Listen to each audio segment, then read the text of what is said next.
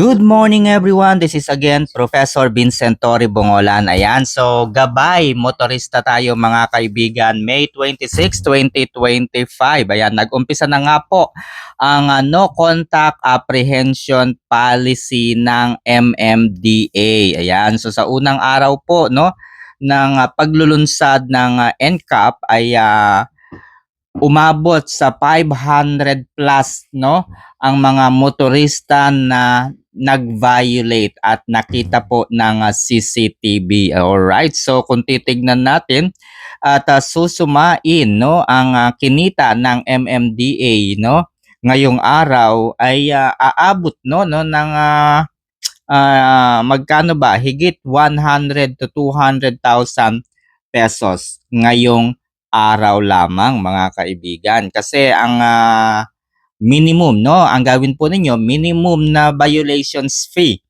ay sabihin nating 500 pesos. I-multiply mo yung 500 pesos na yan sa sabihin na nating 500 na mga motorista ang nag-violate. O, di ba?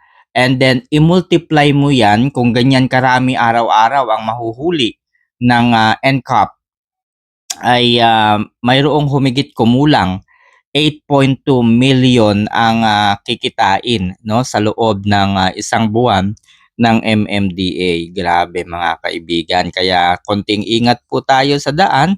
Siyempre at sundin natin ang mga batas trapiko dahil at the end of the day, ang mga ganitong mga regulations ay alam naman nating hindi po permanente. Ito marahil ay test, pagsusuri upang masolusyonan ang lumalaganap na napakabigat na trapiko sa Kamaynilaan. Okay, so ang odd-even scheme naman mga kaibigan ay mag-uumpisa sa June 16, 2025, no? Ano po ang ibig sabihin ng odd-even scheme?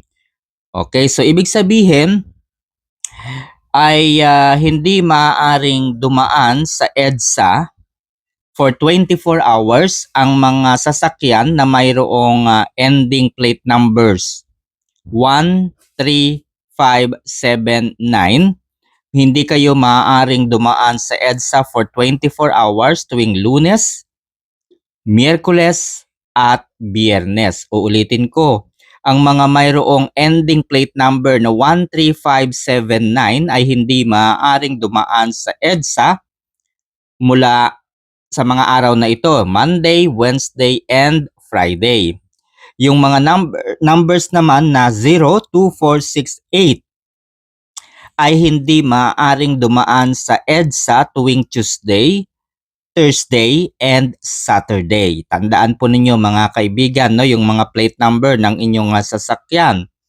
Kung ang plate number ninyo, uulitin ko, ay 13579, hindi kayo maaaring dumaan sa EDSA mula sa mga araw na ito, Monday, Wednesday, and Friday.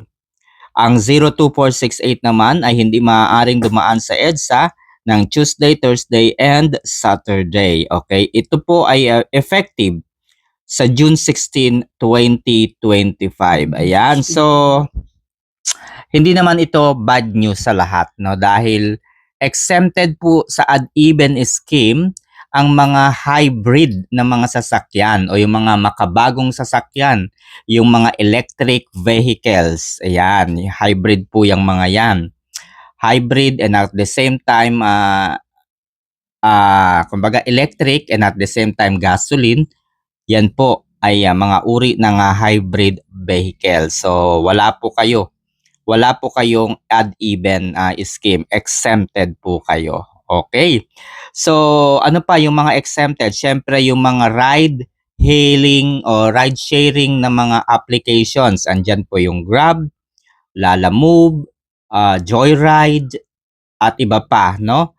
Ay exempted po kayo. So, ibig sabihin, pwede kayong dumaan sa EDSA, no? Maliban na lamang kung coding po talaga ng inyong ginagamit na sasakyan. Okay, so grabe ang MMDA sa paghahanap ng solusyon kung paano kikita ng pera. Okay, so imagine guys, no, kung susumain, 8.2 million yung kikitain nila sa loob ng isang buwan. Grabe. Alright, so siyempre, ang mga apektado po sa odd-even number na ito, odd-even coding scheme sa EDSA, ay ang mga pribadong sasakyan, okay? Private vehicles based on the license plate ending digit will not be allowed on EDSA for 24 hours, 3 days a week beginning June 16 in anticipation of heavy traffic during the 2-year rehabilitation of the main access road to cities in Metro Manila. Oh my God, for 2 years na hindi makakadaan sa EDSA ang mga private vehicles na mayroong mga plate number na aking binanggit. In a press briefing on Monday, May 26, the Metro Manila Development Authority said the highway will be off limits to cars with license plates ending in odd numbers 13579 on Monday, Wednesday, and Friday. Conversely, plates ending in 0 and even numbers 2468 will be banned on Tuesday, Thursday, and Saturday. Grabe naman yung word nila, banned daw. Hindi po banned. Hindi lamang po allowed dumaan for 2 years. Okay. The agency said EDSA will be unrestricted on Sunday. So, pwede naman dumaan kapag linggo. Sa ngayon po, magiging 24 hours yung odd-even scheme. Pero titingnan po namin. I-adjust namin yan later on siguro na magkaroon ng window period probably between 10 or 11 p.m. Grabe. Gabi na yun. Sino pang dadaan ng ganong oras? Kahit ako, hindi ako dadaan ng ganong oras. So, ito po ang saad ni MMDA Chairman Romando Artes. Okay. Artes said the policy is a supplement to the existing Unified Vehicular Volume Reduction Program, commonly called the number coding. He said the traffic changes will be on a test run for a week before violations with penalties are enforced. So kung ibig sabihin, kung mag-uumpisa ito ng June 16, after a week pa bago mag-umpisa yung pag-charge. Okay? So trial pa lamang sa unang linggo. Okay? So the EDSA rebuild will kick off on June 13 with the first 2 weeks allotted for preparatory works. The Public Works and Highways Department said the rehabilitation will be done per lane to prioritize the southbound and northbound portions of the Pasay to Guadalupe area this year to prepare for the Association of Southeast Asian Nation meeting in Manila in 2026. The overhaul will begin in the exclusive busway until it reaches outermost lanes. Public Works Secretary Manny Bunoan earlier told that the rehabilitation works will last until 2027. Grabe, napakatagal. 2 years. My God. Toll-free Skyway. Meanwhile, Transportation Secretary Vince Dizon said portions of the Skyway Stage 3 will be toll-free once the rebuild goes full blast. Alright, so okay naman pala. Kapag nag-full blast na yung rebuilding of the mga daan, okay, na binanggit, ay magiging free naman pala ang Skyway Stage 3. Di good. Yung segment lang kung saan ide-detour ang mga sasakyan na hindi na kailangan dumaan sa EDSA.